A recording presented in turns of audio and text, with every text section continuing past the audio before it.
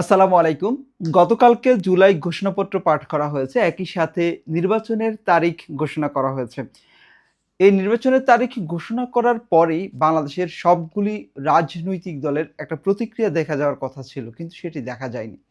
শুধু আনুষ্ঠানিকভাবে জুলাই ঘোষণাপত্র এবং নির্বাচনের এই তারিখকে স্বাগতম জানিয়েছে বিএনপি।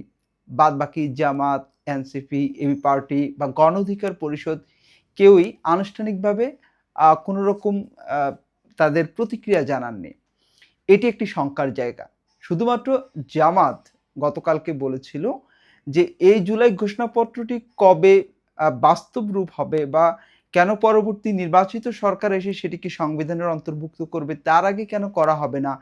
এটি তারা বলেছেন যে, এটি তাদের বোধগম্য নয় এবং এটি হওয়া উচিত না। এটিই হচ্ছে সবচেয়ে শঙ্কার জায়গা। যেহেতু জামাত বলেছে, এনসিপি এখন পর্যন্ত কোনো মতামতই জানায়নি। বাকি অন্যান্য যে পার্টিগুলি রয়েছে তারাও মতামত জানায়নি।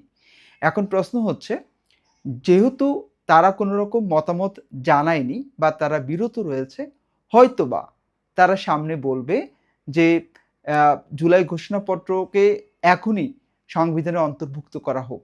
সেটা রাজনৈতিক দল আসলে হয়তো নাও করতে পারে। এবং তারা হয়তো আগের মতো সংস্কার, তারপরে আ আগের মতো লোকাল নির্বাচনের একটি প্রশ্ন রয়েছে যে, আগে লোকাল নির্বাচন, তারপর জাতীয় নির্বাচন, সেটি নিয়েও কথা বলতে পারে। তারপর নির্বাচন হওয়ার কথা হতে পারে, হয়তোবা।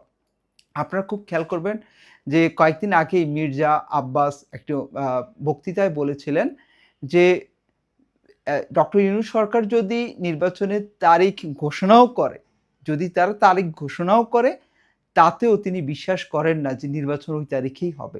বলতে পারবে এটা আমার কিন্তু আর কারণ না হোক, আমি অনেক সন্দেহ করি। আমি অনেক সন্দেহ করি তাদের নির্বাচনী তারিখ ঘোষণার পিছনেও অনেক ষড়যন্ত্র আছে, এরপরেও ষড়যন্ত্র আছে।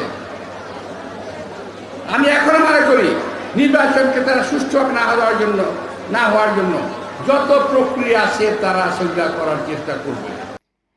এখন যদি নির্বাচন ওই তারিখেই হয় তাহলে দুটো জিনিস হতে পারে। এক হচ্ছে আ হয়তোবা দেখা গেছে এটা নিয়ে নির্বাচন নাও হতে পারে। বাকি দলগুলি আন্দোলনে যেতে পারে বা তারা নির্বাচন বয়কট করতে পারে। যদি তারা আন্দোলনে যান তাহলে ওই তারিখে নির্বাচন হবে না। অর্থাৎ ১২ই ফেব্রুয়ারি নির্বাচন হবে না। আর দ্বিতীয় যে কাজটি ঘটতে পারে সেটি হচ্ছে যে, তারা হয়তোবা ওই তারিখে নির্বাচনে যদি অংশগ্রহণ না করেন, তাহলে এই নির্বাচনটি হবে আ বিগত আওয়ামী লীগ সরকার আমলের শেষ যে নির্বাচনটি ছিল, সেই নির্বাচনের মতো একতরফা।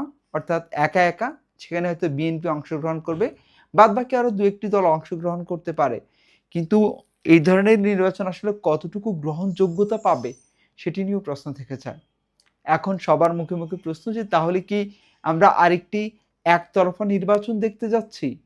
নাকি সব দল নিয়ে অংশগ্রহণ করে ডক্টর মোহাম্মদ ইউনূস আরেকটি নির্বাচন আরেকটি নির্বাচন অনুষ্ঠান তিনি করতে পারবেন? সেটা নিয়ে সবার শঙ্কা রয়েছে। আপনার মতামত ব্যক্ত করুন যে আসলে আমরা কি একতরফা নির্বাচন দেখব নাকি সব দলের অংশগ্রহণে একটি নির্বাচন দেখব?